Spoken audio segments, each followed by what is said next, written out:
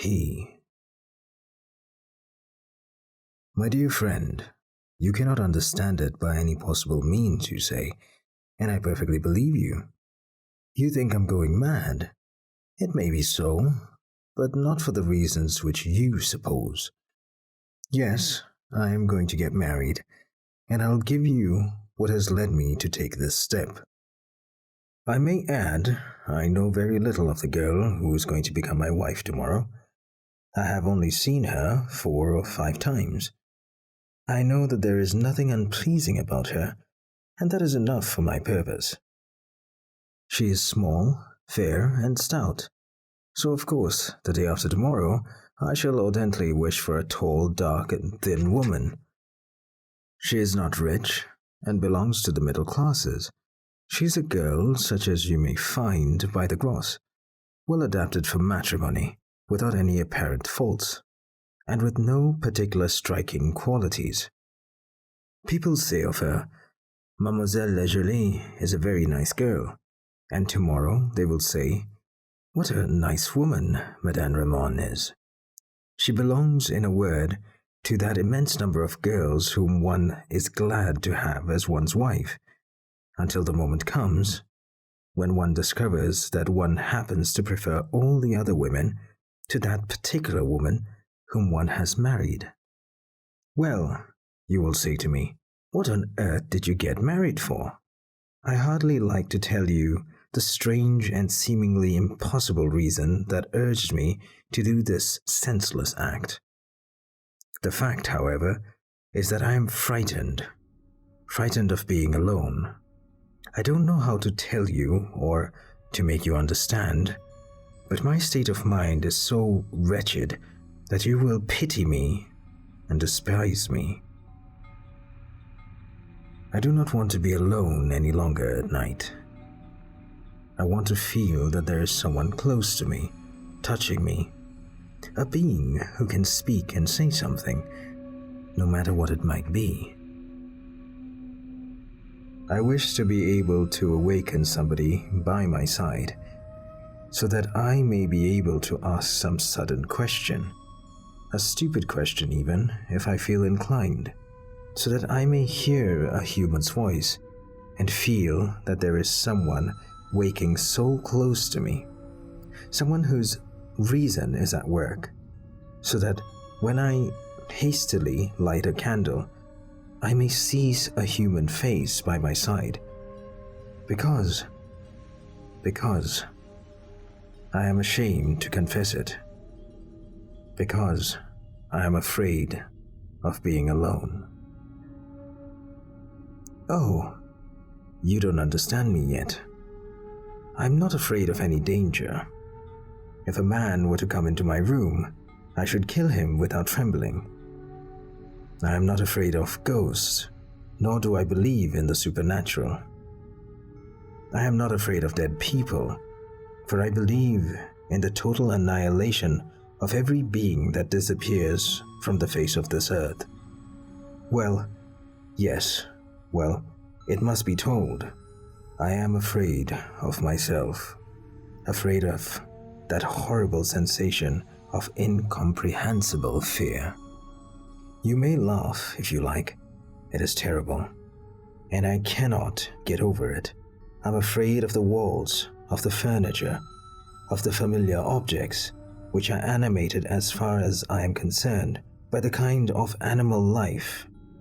Above all, I am afraid of my own dreadful thoughts, of my reasons, which seems as if they were about to leave me, driven away by this mysterious, invisible agony. At first I feel a vague uneasiness in my mind, which causes a cold shiver to run down all over me. I look around, and of course, there's nothing to be seen. And I wish there was something there, no matter what, as long as it was something tangible. I am afraid merely because I cannot understand my own terror.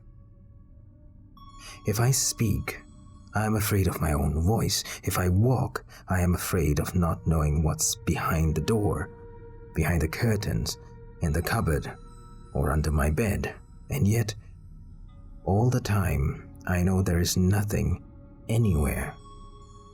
And I turn around suddenly because I'm afraid of what is behind me, although there is nothing there, and I know it.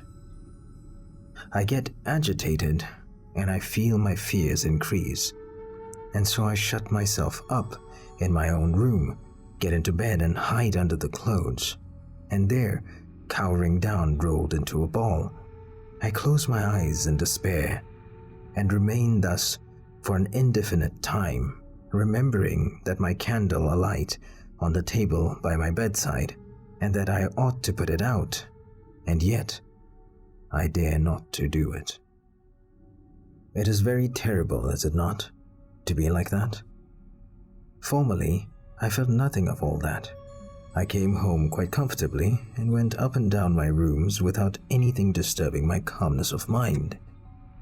Had anyone told me I should be attacked by malady, for I can call it nothing else, of most improbable fear, such a stupid and terrible malady as it is, I should have laughed outright.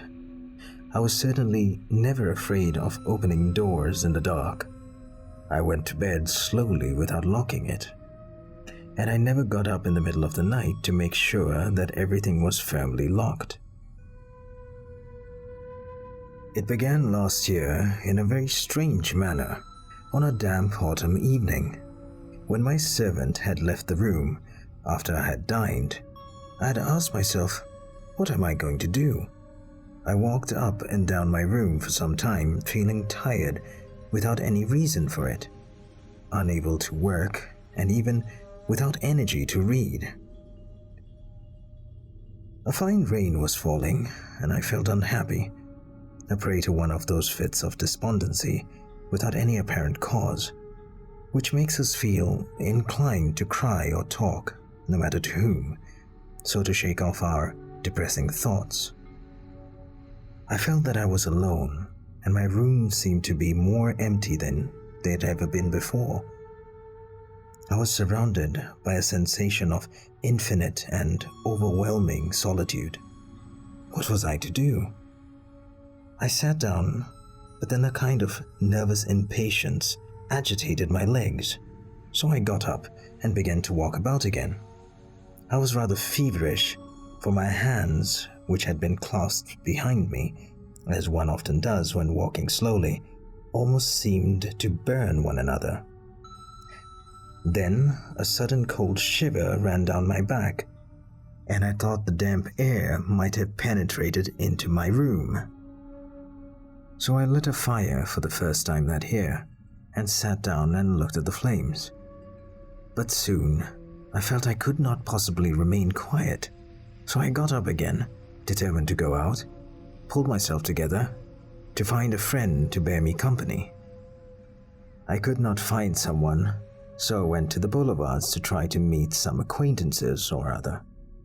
It was wretched everywhere, and the wet pavement glistened in the gaslight, while the opprehensive warmth of almost impalpable rain lay heavy over the streets, and it seemed to obscure the lights from the lamps. I went on slowly, saying to myself, I shall not find a soul to talk to.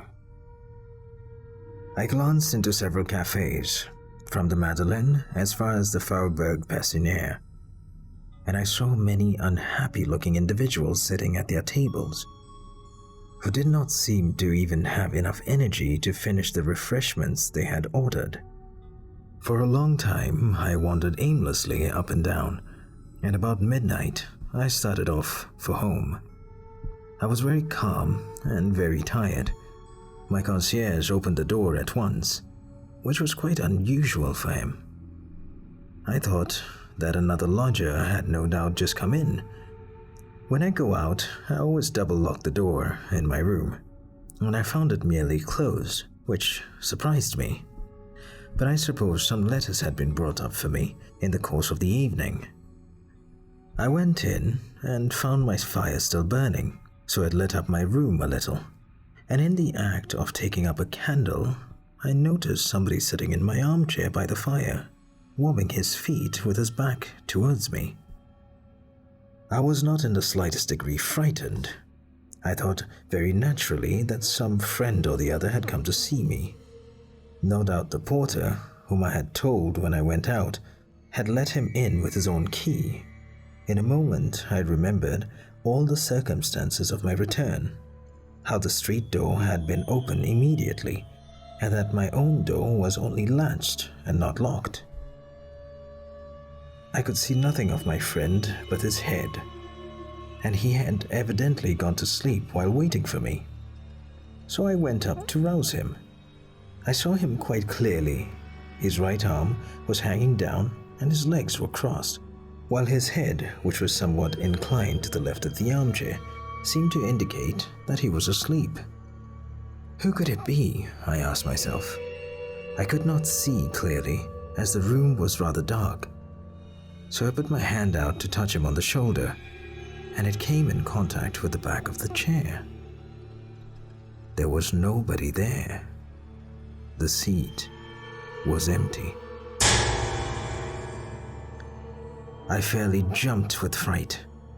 For a moment, I drew back as if some terrible danger had suddenly appeared in my way, and then I turned around again, impelled by some imperious desire for looking at that armchair again, and I remained standing upright, panting with fear, so upset I could not collect my thoughts and ready to drop.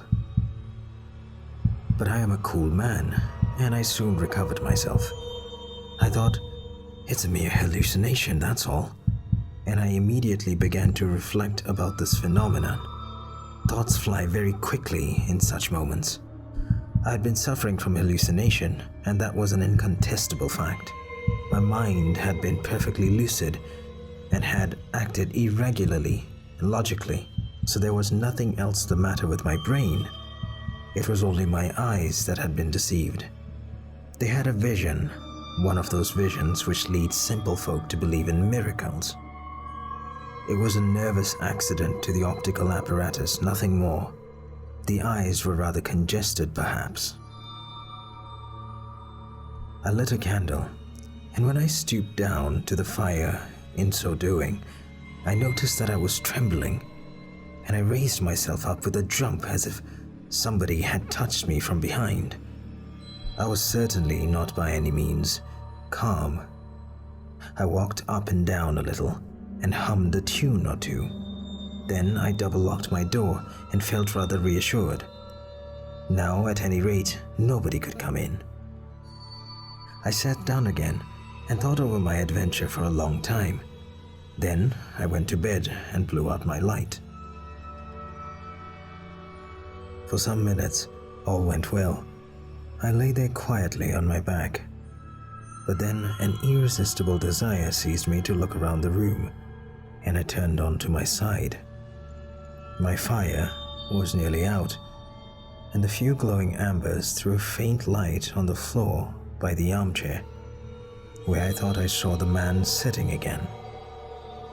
I quickly struck a match, but I had been mistaken, for there was nothing. I got up, however, and hid the chair behind my bed and tried to get some sleep as the room was now dark. But I had not forgotten myself for more than 5 minutes, when in my dream I saw all the scenes which I had witnessed as clearly as if they were a reality. I woke up with a start, and having lit a candle, I sat up in bed without venturing even to try to go to sleep again. Twice, however, sleep came over me for a few moments in spite of myself, and twice I saw the same thing again, till I fancied I was going mad. When day broke, however, I thought I was cured and slept peacefully till noon. It was all the past and over. I had been feverish, had the nightmare, I don't know what. I had been ill, in a word, but yet I thought I was a great fool. I enjoyed myself thoroughly that evening. I went and dined at restaurants afterwards. I went to the theater and then started home. But as I got nearer to the house, I was seized by a strange feeling of uneasiness once more. I was afraid of seeing him again. I was not afraid of him. I was not afraid of his presence, in which I did not believe, but I was afraid of being deceived again. I was afraid of some fresh hallucination, afraid lest fear should take possession of me. For more than an hour, I wandered up and down the pavement. Then I thought I was really too foolish, and at last I returned home. I panted so hard that I could hardly get up the stairs, and I remained standing outside my door for more than 10 minutes. Then suddenly, I had a courageous impulse, and my will reasserted itself. I inserted my key into the lock and went in with a candle in my hand. I kicked open my half-bedroom door and gave a frightened look towards the fireplace, and there was nothing. What a relief! What a delight! What a deliverance! I walked up and down briskly and boldly, but I was not altogether reassured and kept turning around with a jump. The very shadow in the corner disquieted me. I slept badly and was continuously disturbed by imaginary noises, but I did not see him. No, that was all over. Since that time, I've been afraid of being alone at night. I feel that the specter is there, close to me, around me, but it has not appeared to me again. And supposing it did, what would it matter, since I do not believe in it and know that it is nothing? It still worries me, however, because I am constantly thinking of it. His right arm hanging down, his head inclined to the left, like a man who's asleep. Enough of that. In heaven's name, I don't want to think about it. Why, however, am I so persistently possessed with this idea? His feet were close to the fire. He haunts me. It is very stupid, but so it is. What was he? I know that it does not exist, except in my cloudy imagination, my fears, in my agony. There is. Enough of that. Yes, it is all very well for me to reason with myself, to stiffen myself, so to say, but I cannot remain at home because I know he is there. I know I shall not see him again. He will not show himself again. That it is all over, but he is there all the same in my thoughts. He remains invisible, but that does not prevent his being there. He is behind the doors, in the cupboards, in the wardrobe, under the bed, in every dark corner. If I open the door of the cupboard, if I take a candle and look under the bed and throw a light onto a dark place, he is no longer there, but I feel he is behind me.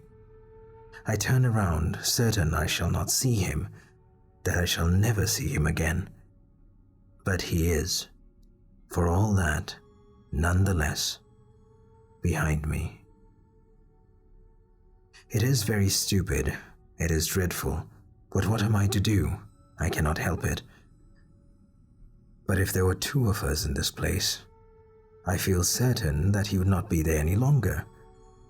For he is there just because I am alone, simply and solely because I am alone.